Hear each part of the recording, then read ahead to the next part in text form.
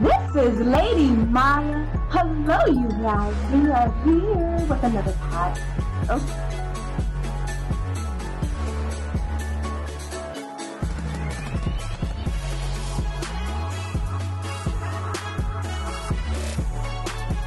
Okay, so I had Akia Burnett on the phone or on the line or in the person. Whichever way you're looking at this, you're going to figure it out. We're about to have some fun. This is how we do. Okay, so I've been talking to Sister Sledge, right?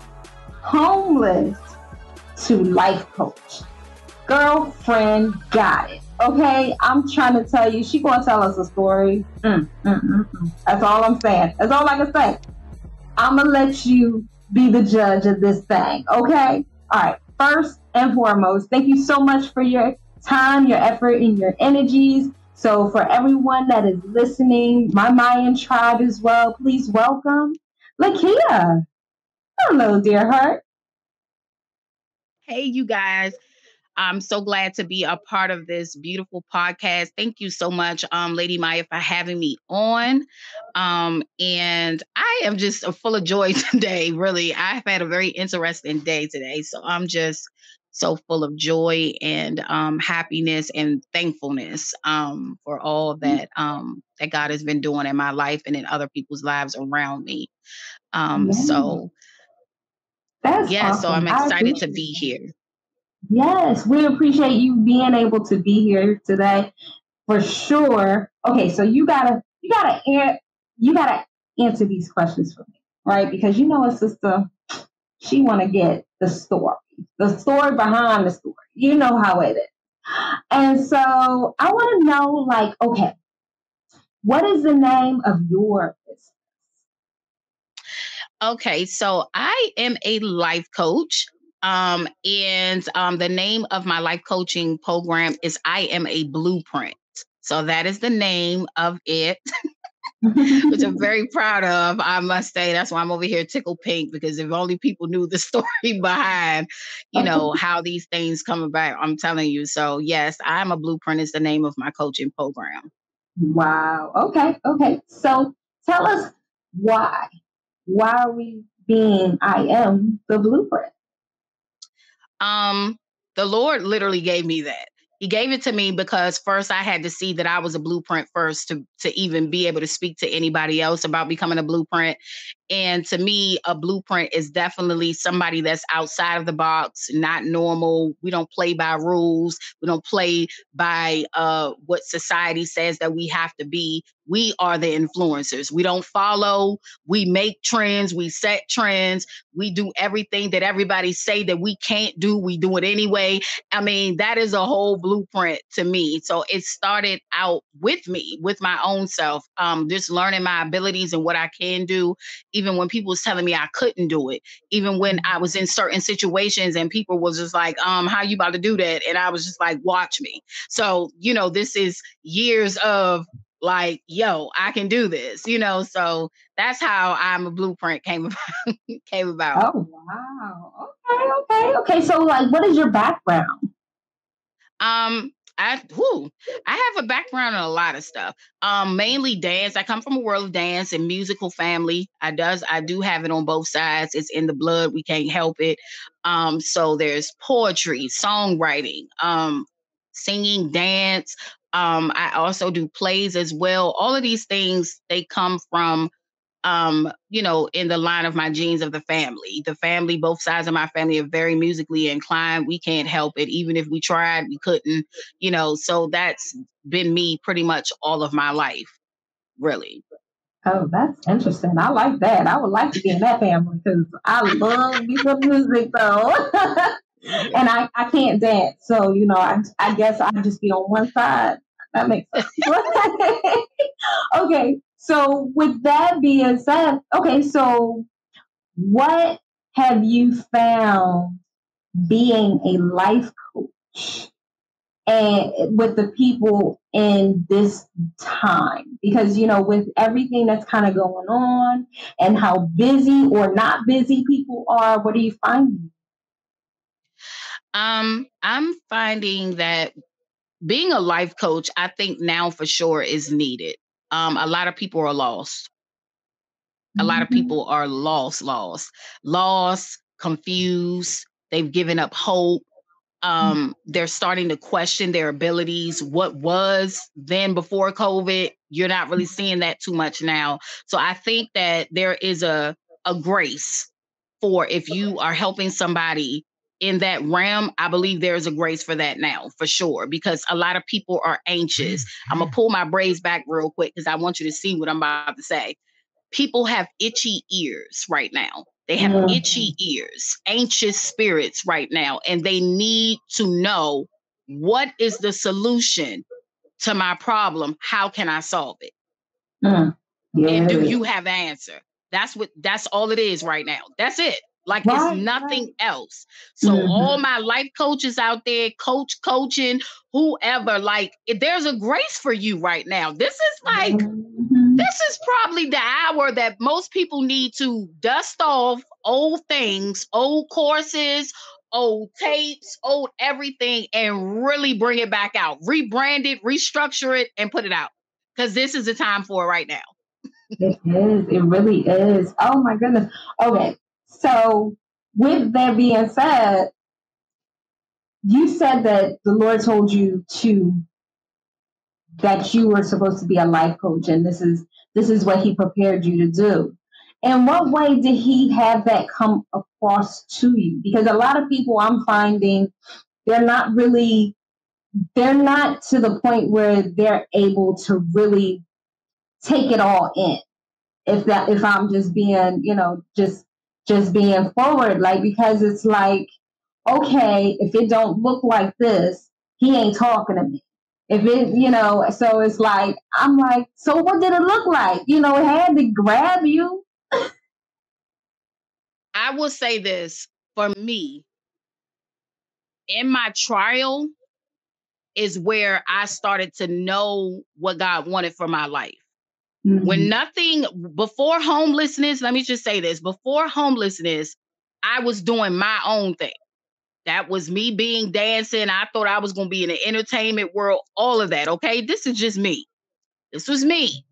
But God had to say, yeah, you're gifted in dance. Yes, you can do this, but that ain't really what I called you to do. I need you to come on back. So He had to sit me down. And sometimes it be like that. Sometimes He has to sit you down because you're not getting it. And see, our time down here is not how the Father operates up there. So He needs things to move at His timing. And for me, with life coaching, it just was Him kept sending people, women, even when I was low, at my lowest, He was using me in that time. And I was just like, you got to be kidding me. I'm not about to go down this hallway and talk to this single mother because she about to get her child snatched. I'm not about to go sit up here and talk to, it's a woman in the building. She got a banging job, but her other priorities is all out of whack. She don't look like she need no help. God was showing me who these types of people were in my wilderness season. So that's why I say you have to be sensitive to the Holy Spirit. You have to be sensitive to what God is showing you, because sometimes you can really miss the signs. Like I always say, if you really want to know what you're supposed to be doing, look at your life. Pay attention from when you were little, everything. Just pay attention to all of that. And God is going to be like, look, I told you, you were already doing this years ago. You were already doing this. But sometimes our spiritual eyes have to pop open in order for us to really see. So with me in life coaching, that's kind of how it went. In my wilderness season, he had me on training grounds. And I was just like, okay, God, all right, whatever. I'm about to do this. Because if I don't do it, you're not going to leave me alone. Okay? You're not going to leave me alone. And I ain't going to get no rest. Nobody going to get no rest. Husband not going to get no rest. Children, nobody. So I had to be obedient. Oh my goodness, I love that though. You're like, no, nobody. Nobody. Okay, so with that being said, like, what are you finding that, like, no, what did you come across that, like, was a definitive experience that made you like, all right, it clicked for you? I would have to say during the time, it was one young lady. They had literally knocked on my door. I just heard a lot of chaos one night. And they literally knocked on the door and said, Lakia, you got to come now. I'm looking like, well, where am I going? I goes out in the hallway, and I remember seeing social services out there. And they were coming to come grab this young lady who lived next to me. She was a single mom, very unsure of what was going on with herself. But I just heard her crying and belting and crying and belting. And I was just like, okay. So something just snapped. And they were like, you're the only one who got to talk to her. And I said, what? She ain't got no family, no friends. You know, this is just me in my mindset at the time. I was just like, what do you mean I need to talk to her? And she was just crying and crying. And they was like, you're the only one who can talk to her. So that's why I came and got you. And I talked to the young lady. And it's almost like literally I had to talk her off the ledge because she was going to try to kill herself that night.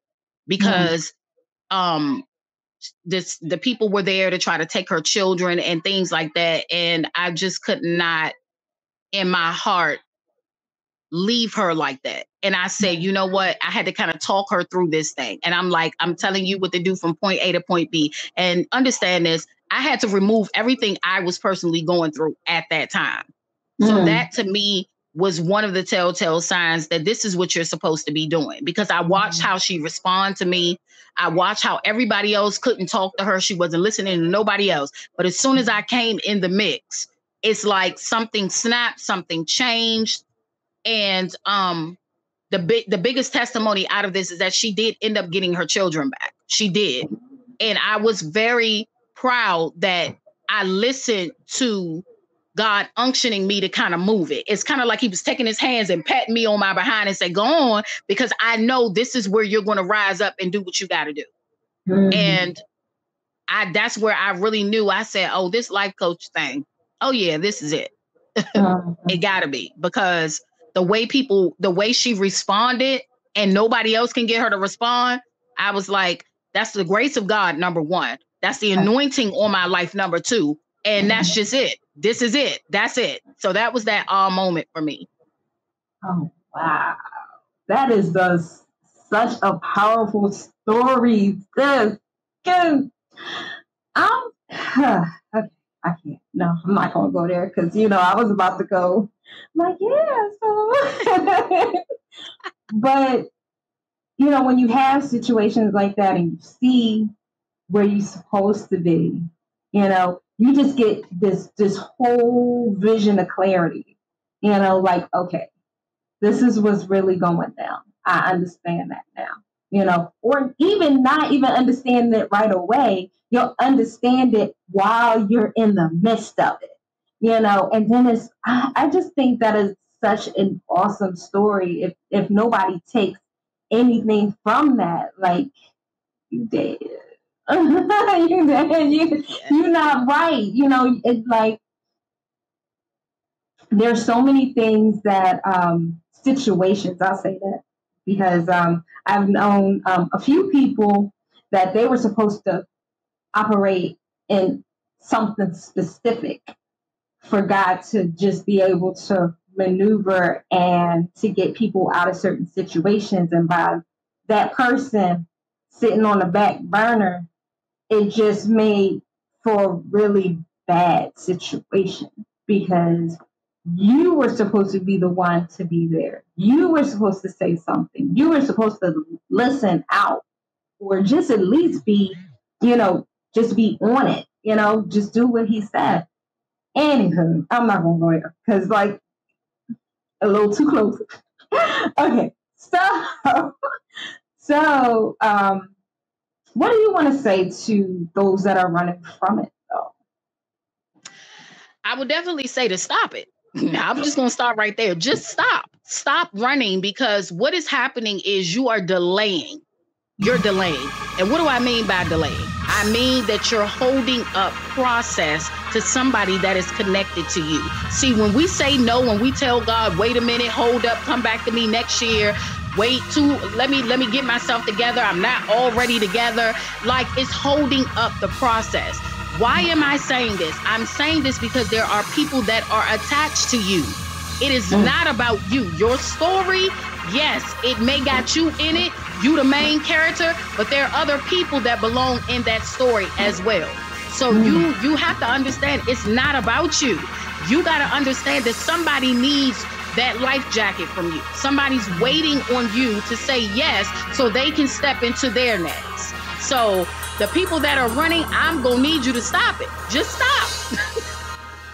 Don't do it. Stop, like, go. Like, it's so bad because I think now where we are, a lot more people are finding that, oh my gosh, I have to have my pity party. I just don't want to do this. I don't want to be in the front line. I don't want to have to talk to people. I think for the most part, the fact that you didn't help us, you didn't say no. I think that's something I really want to like really hone in on because, like you said, no is a setback. That means you can't do what you were meant to do. The nonprofit that you have, can you shed some light on that? Yes, Tears to Purpose. It started out as a movement. That's what it started off as. And it was birthed again in my wilderness season when I lived in the shelter. And God started me off really small because that's how he had to do with me. He like, look, I'm gonna have to ease her into this thing. But God had given me a vision inside of the shelter about my cousin, and she's my god sister and cousin at the same time. And I was just sitting on the cart in that room, and he literally showed me her face, and I was just like, okay, now why are you showing me her face? And he's like, because she has a story, and you have to start with her. And I said, now how I'm gonna get her to come tell her story? All the things that we do, we question God, we ask him how, why, when, where, and all of these things we ask. But I was just like, okay, well, if he's telling me to do this, there must be a plan behind this. So I remember approaching her about it. She looked at me with hesitation, like, are you kidding me? Like, me tell my story on who, where, and she had to go pray about it. I know she did. And she came back with an answer, and the rest was history for me and us. And she's my vice president.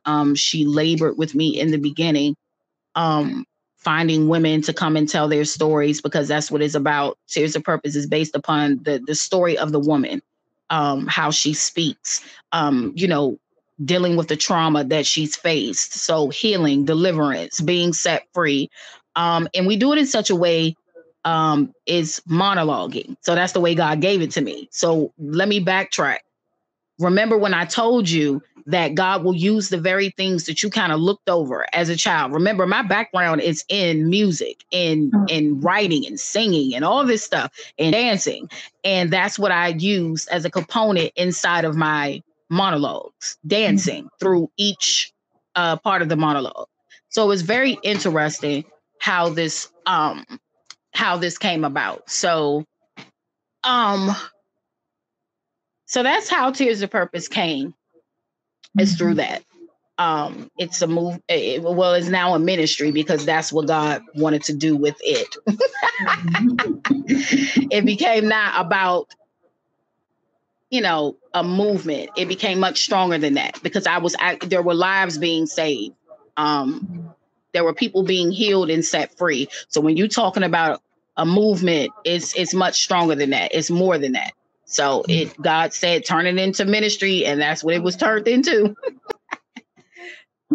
That is awesome, girl. I like the fact that you said yes, you just kept it moving, and he just opened up the doors for you, and I like that. Okay, so I like when you said process is the best you. Do you remember saying that? Process? Yes. Processing. You definitely need to go through the process. Period.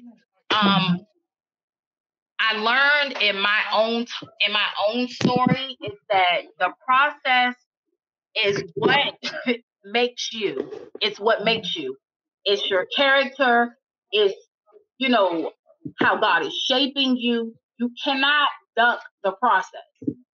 We want to do everything so quick, so fast. We want God to hurry up and get us out without being groomed, without being trained in what he wants you to, without really learning how to hear from him, how to move, how to know when it's the enemy versus God. Like, all of that is involved in this whole process. Like, if you can just learn how to deal with your moment and learn how to take what's being shown to you, how to use what you have to literally thrust you into your purpose, the better off a lot of people will be. The process part is very important, but it's very hard all at the same time, I think. Very hard. No, I hear you. Girl, I mean, at least the way you put it, as far as your stories were concerned and different things like that, it is a process, but at the same time, like, it can be so much more just gifting and different things like that. Like, it really can make you a better person, just being able to just, go ahead and say yes and just step into it and just do what you got to do. I think that's an amazing thing that you did do, girl. You got that. Okay. So what we doing? Because I know when you were talking initially, you were talking about how you wanted to deal with people that had issues with their identity. There were a lot of women who struggled with identity very close and very far. Mm-hmm. A part of my process is God just kept throwing women at me. When I was trying to duck and get away from them, it didn't really work like that. But with Tears to Purpose, it really did teach me about learning how to identify who I was called to. And I was like, I'm not called to everybody, because that's the one thing you got to understand. You're not called to everybody. Your voice does not fit with everybody. That's just like if you put on a pair of shoes, if you try to go 2 sizes up, it might not fit. Or if you try to go 2 sizes down, it might not fit either. You might have some pain up in there because your feet ain't supposed to be in that shoe. Amen. So that's how I think of it with this right here, is that I was called to the women who did not understand what their identity was. It was so much torment with them because they were thinking, oh, I'm called to do this and I'm called to do that, or it just wasn't comfortable for them. It really was a brick wall because they didn't know who they were. And I had to be the one to explain, if you don't know who you are, you're playing on the devil's playground, because then you don't understand that the enemy knows who you are. And sometimes the enemy knows who we are before we understand who we are. So that's why we have to grasp it. When God is calling for us to get some things, sit down and be a student. Be a student so you can be taught, so then you can be ready to do what it is that God has groomed you to do in the first place. So I would say your identity is very, very important. You cannot go without that. That's just like walking around with no identification in your pocket, and you go into a foreign country or go into a foreign place, nobody don't know who you are. How can they identify you? So that is very, very, key. Your identity is key. You can't go nowhere without it. No, I hear you, honey. I hear you. She was just like, can't go nowhere, don't want to go nowhere without it. I understand completely. If you could say something to someone that's struggling with their identity, what would you say to them?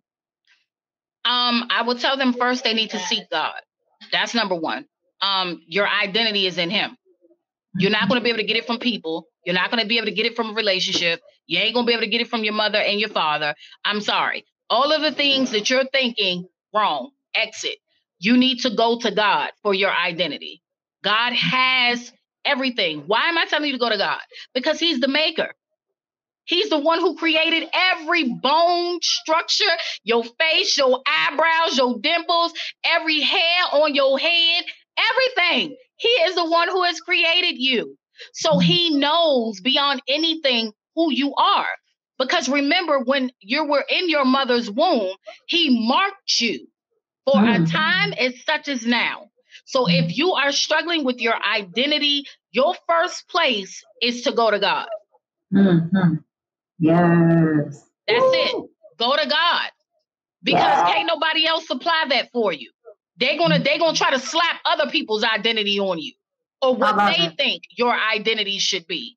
And then what that does is that goes back to setting you back. That's delaying you because now you're looking to people for your identity instead of looking to the maker for your identity. You're getting other people's identity, pieces of other people, because that's what they're going to do. They're going to try to structure you in this way. Oh, I think you should be like this. And I think you should be like that. And that devil is a liar. Go back to the Father, the Creator. Have several seats, calm your nerves and your heart, and say, Father, who am I? Who am I? I love that. I really, really do, because I'm like, you know what? This is something that most people, you know, they don't really pay attention to, you know? And it just seems like there's so much more happening in the world where it's become a distraction, you know, and they're like, no, turn the TV up louder. Let's keep it moving kind of situation. And I think that what you said does definitely speak volumes in such a degree. So if there's anything you would like my Mayan tribe to know, the floor is yours. Oh, yes. I just want to say to everybody that's listening and that will listen to this, this is your season. This is your season of greatness. This is your season to be the unique person that God has called you to be. This is your season to step out and make a leap. For those of you that are listening, I feel in my spirit that there's some people who are waiting and waiting and waiting. And God is saying, no, I gave you the go already. What are you waiting for? I told you that I've created you for a time as such as now. And I need you to take the leap of faith. Even when you can't see the ending result, I need you to make the leap. I need you to understand that nobody can pluck you out of my hand.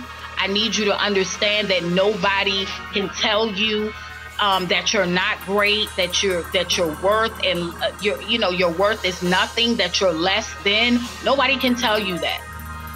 And I need you to get your mind off of what people have told you. You know, from childhood all the way to middle school, high school, college, whatever. Whatever it is, I want you to begin to command those curses to come off of you so that you can walk in the identity that's set for your life. I want you to begin to speak into the atmosphere that I am great. I will overcome. I will get out. I will not be broke another day of my life. I will transform other people's lives. I will be a walking, talking testimony. Like, I just feel like you need to start saying these things into the atmosphere and watch how God begins to shift things little by little, because now he has you right where he wants you. So I need you to be brave in this season. I need you to be a blueprint in this season. We're not following trends, we're setting trends. We ain't following the rules of what everybody else say we gotta do. We are doing what God said. It's a God thing. Where's your God idea at? Where is it? What was the last thing that God told you to do that you didn't do? What was it? If it was writing a book, starting a business, starting a family, getting married, whatever it is, that the last thing that God told you to do, that's what you should be doing. He needs your radical obedience in this season of your life. He just wants you to obey. Obey. That's it. Amen. Obey. Obey, obey, obey. Amen. Amen. Okay, honey. Oh, okay.